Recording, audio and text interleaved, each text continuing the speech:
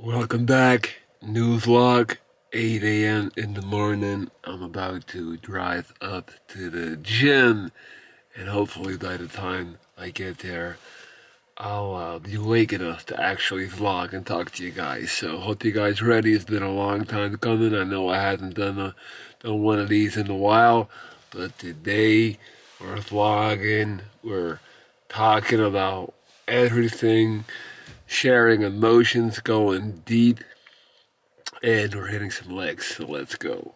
And we made it! Pulling up to the gym. Alright, already a little bit more caffeinated, so able to talk to you guys. So yes, I moved. I spent 3 entire days with my dad. Shout out to Dad for being the real MVP. Moving all my stuff from my flat into my parents' garage. 30th floor, moving back in with my folks. Officially hit rock bottom. All jokes aside, if I was a legit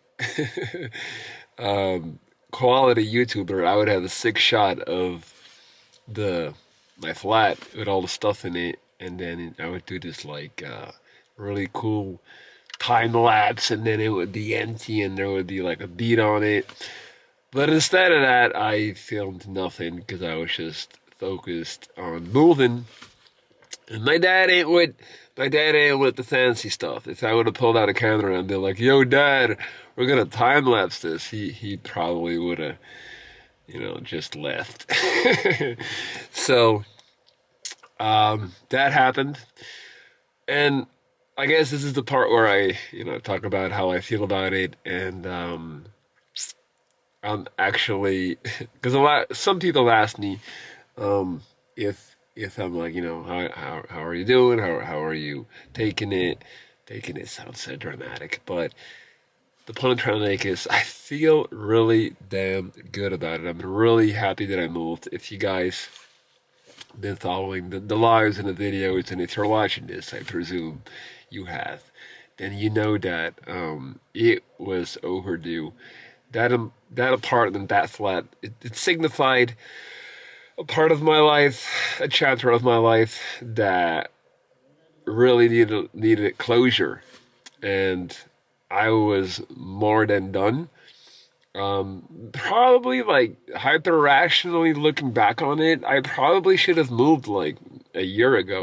Like I put so much money into that flat due to stubbornness, but then again, I also feel like I, you know, like let's just be honest. Like this past year, by the way, it's December 27th today. This past year has been the shittiest year of my life, and I can wholeheartedly say that. And even counting the cancer years, like even when I was having my cancer and I was having these gruesome surgeries and recoveries, like my spirit was much more high. Like I was fighting the good fight, and it was always like comeback season. And even though my body was in shambles, my mind never was, and it was so crazy to be in that position this year, like past February. You can literally, I think I have a video from this past February called like "I'm depressed," and I was like, I never thought I would really, feelings of depression had become quite foreign to me, and it hit me like, this past year. It was tough, but I say all that to say I think it was necessary, and I'm happy that I didn't just, immediately run back home. I'm happy that I decided to stick it out another year and a half by myself in that flat, and because it taught me a lot. It forced me to think about a lot of stuff. It allowed me, you know, I think in a lot of instances people need the door to be open, and they don't necessarily have to walk through it. So, for example, like I always use the example of a relationship, and people have been together for ages, and they get sick of each other a little bit. They get tired and they think they want like an open relationship or they think they want somebody else. I think in a lot of instances, um, I know, sidetrack, but I think in a lot of instances, the people need to feel like, okay, you know what? You're allowed or whatever to go out and sleep with somebody else, and so am I. And then once people are allowed to do so, once that door is open, they're like, actually, now that that I am able to do it, I don't really even want to do it anymore. Like, I'd rather just, only sleep with you. Does that make sense, guys? Is anybody following my train of thought? I feel like that is something you can apply to many things in life. It's like when we feel that we don't have the option to do something, when an option is locked off, then we think we want it. I guess it's just a complicated way to say like we just want what we can't have. So that allowed me, like me being in my flat, having all the space and privacy and time in the world. It's like then it's really like there's no excuses. You can really look at it after a year and be like, what did I accomplish? What did I do with my time and like how much did I grow? And it's like this is you. This is you in utter complete like unrestricted freedom. Wouldn't exactly entirely call it freedom because obviously it did have a huge impact on my budget because my rent was so insanely high. And as you know, my landlord, shout out to my landlord, raised my the rent of my place twice in 13 months. So it didn't become impossible. Like it was still possible, but it basically just meant that I was just living to rent and renting to live, and that's just something that I didn't, I no longer wanted to continue doing. So let's talk a little bit about what'll be happening in the next few months. Now that I'm back living with my old folks, obviously I have more budget available again. And I'll be going to, well, first I'll be going to Lanzarote in literally a week, I think, to do a surfing trip with my buddy, my Argentinian buddy Nacho. I did a similar surfing trip last year in Tenerife. This year Lanzarote, it'll be 5 nights. I can't surf obviously, but the best part for me is like carrying the board, looking all jacked and carrying the board and people watching me and thinking like, look at that surfer, like man, he's big, like and he can surf. And then I get in the water and I basically drown. But I'm looking forward to that. But then the big trip is February. I'll be going to Costa Rica. And I'm gonna once again be honest and admit right now, at this moment, I don't even feel like it. I literally don't. I have zero anticipation or excitement about that. I'll be basically backpacking for 3 weeks through Costa Rica. And I just looked at it like, okay, what would I tell myself if I was coaching me? Like, if I'm not me, but I'm my client, like, objectively rational, good advice. What I do on a daily basis with all my clients, like, I basically tell them what they should do, regardless of whether they feel like they should do that. Like, I just try to look at the situation and be like, this is the most logical step for you to take. And I did that with myself, and I just said, okay, so I got more budget. Okay, so I can afford to travel, intercontinentally. Um, Obviously here in Belgium, if you can tell or not, like it's gloomy, it's wet, it's cold, and it's dark. All right, so like November, December, January, February, March. I love November and December. Those are like the holiday cheer months. It's cozy, and then January hits you right in the face, and January is just like utter death. It's such a shitty month. And then right when just when you think you've made it through, there comes February. And I mean, all jokes aside, like obviously, like the weather shouldn't have that big of an impact on you. But in my case, um, again, I'll be staying with my folks. So I figured, you know what? Let me just try and take February out. Just let me try and like take myself out of the country in February. That's why I'll be doing the Costa Rica trip then. Because it just makes sense to travel in February. I'll be skipping one of the worst months in Belgium. It's just cold and useless and depressing. Um, I would be cooped up inside with my parents. Like in the summer, there's a lot more space. You're outside. You're not constantly just like in each other's face. So I just wanted to, break that period, that quite long period before spring starts. February is also a very cheap month to travel. It's off season. Not that much tourism. Like I always try, if I do a big travel, I always try to do it like in in that time. Like I think February is the goat month, especially if you're going from Europe to somewhere more warm. Um, yeah, and then I just looked at it like, okay, I already knew I didn't want to do Southeast Asia or anything like that, and I wanted to do something like South America, but I also didn't feel like being somewhere dangerous again. Like shout out to Medellin. So I was like, oh, let me figure out what's the best middle ground. And I did some research, and then I basically found that Costa Rica in uh, Central America is like that nice fine line between it's like Central America, South America, Latin America, whatever you want to call it. But and like it's rugged, it's adventurous, it's out there, but it's really not that dangerous. Like it's pretty damn safe. So that's why I concluded like that's the location to go. That is the timeline you should go, and that's it. Now again, that being said, not looking forward to it yet, but I'm sure that'll come, and I'll probably vlog there, right? That's what I'm supposed to do. All right, I feel like I've given you guys a lot already. If you're still watching this right now, comment below, like, just comment like, yes, still here, love the rambling. This is just me, like, uploading my thoughts directly into this camera, like, all the stuff that's been on my mind, just like, blah. Oh no, before I go inside and start hitting legs, I want to give a special shout out to two people.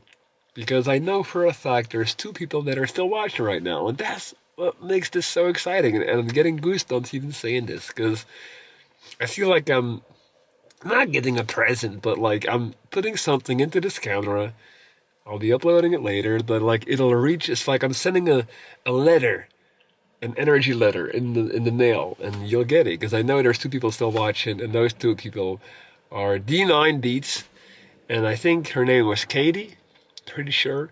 Like both of you left comments in the last couple of days, and you specifically said, like, look, I know you're focusing on the shorts now. They're great, love the shorts, but I, for one, I love the long videos. Like, I think Katie, you said the shorts are great, but you lose something in there that you have in the long videos. Like you basically just both said that you really like these long format videos, not just hyper short attention drive shorts. And then as you said something amongst the lines of like, I didn't realize how much I missed these videos. I just rewatched one, and guys, I read those comments, and like, you have no idea. You have no idea how much that hits me. And even if it's just two people, that makes it worth it. And that's the reason why I pulled out the camera and vlogged today. Literally, you two guys. Like,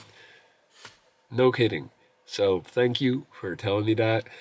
And I just think it's awesome that, we're able to do this, and that we're able to be so close, from creator to audience or whatever. All right, I'm going to shut up, go inside, and train some legs.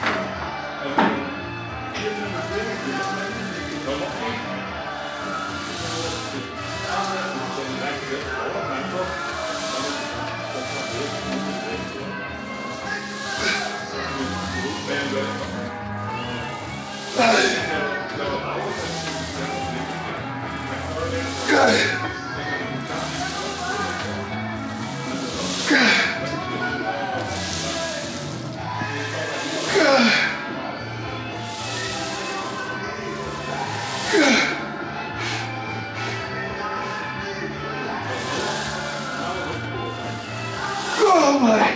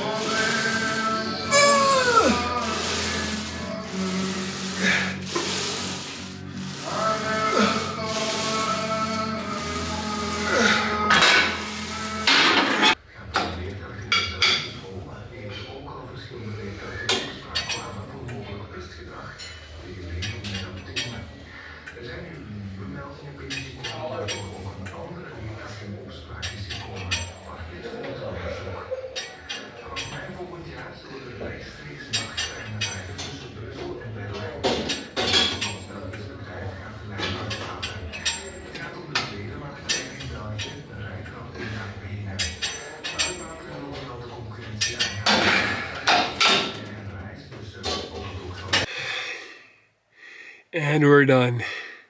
Absolutely amazing leg session. Training has been out of this world. Basically, ever since I got injured last year, I don't know if you guys remember, I had that shoulder injury.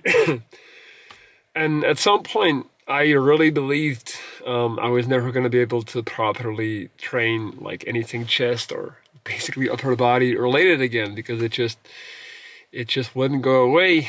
Basically stuck around for 6 months, that injury, and then when it did finally heal, it just propelled me into a whole new realm of gratitude and understanding of being able to work out injury-free, and it just really shifted my entire perception and my training style. Like, I used to do a bunch of volume, just a ton of sets, a ton of reps, just go crazy. And then I just realized, like, I can't keep doing that to my joints.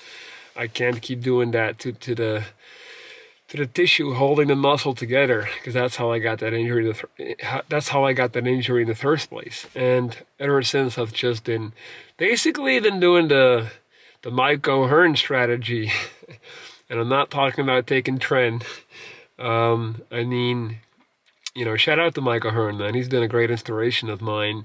Just going super heavy and staying low in reps. So always between 6 and 8 reps.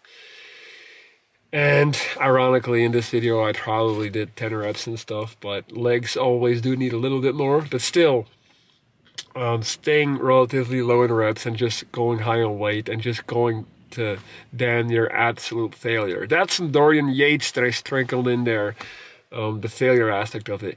And just like trying to hit the muscle as hard as I can, just utterly destroy it without destroying the joint tissue holding it together, and without basically tearing down the body. You know, like, you should not have pain the next day. You should feel, you can feel sore and feel that you put in the work, but if there's pain, it's not a good sign, especially, you know, if you're natural. And speaking of being natural, it's training like that has also allowed me to just gain size, gain mass.